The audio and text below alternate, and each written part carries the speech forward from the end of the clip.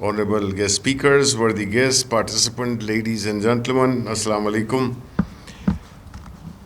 Off and on, the term Islamophobia keeps reverberating in media, social gatherings, conferences, seminars, and academic debates.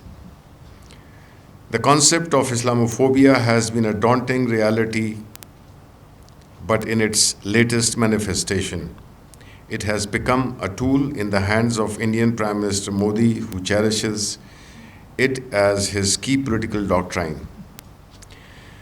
Muslims in India have been increasingly at risk since the BJP Bharatiya Janata Party, led by Prime Minister Narendra Modi, rose to power in 2014.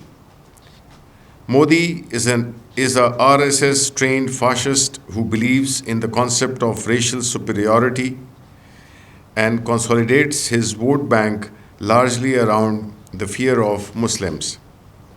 Twice his election as a prime minister in 2014 and 2019, despite being the mastermind in brutal killings of countless Muslims during Gujarat riots in 2002, clearly highlights that the so-called secular India is in the midst of turning officially into country for Hindus only.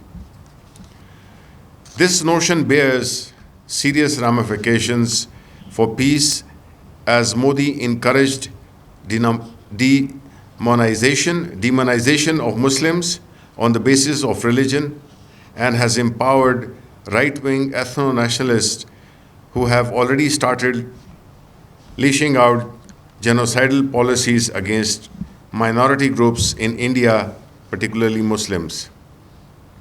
This authoritarian attitude not only puts the life of millions of Indian Muslims at stake, but predicts an imminent humanitarian crisis that may extend beyond borders.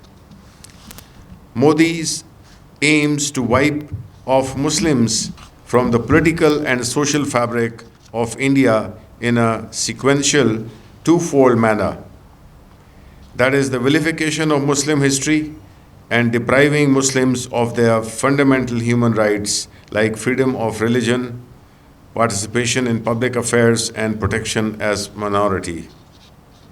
Recently, Modi laid the foundation of Ram Temple on the anniversary of the revocation of special status of Indian illegally occupied Jammu and Kashmir, whose Muslim majority has been struggling for their right to self-determination as per the resolutions of United Nations Security Council. Indian illegally occupied Jammu and Kashmir has been under a strict lockdown for more than 1 year now, with communication links to the outer world cut off.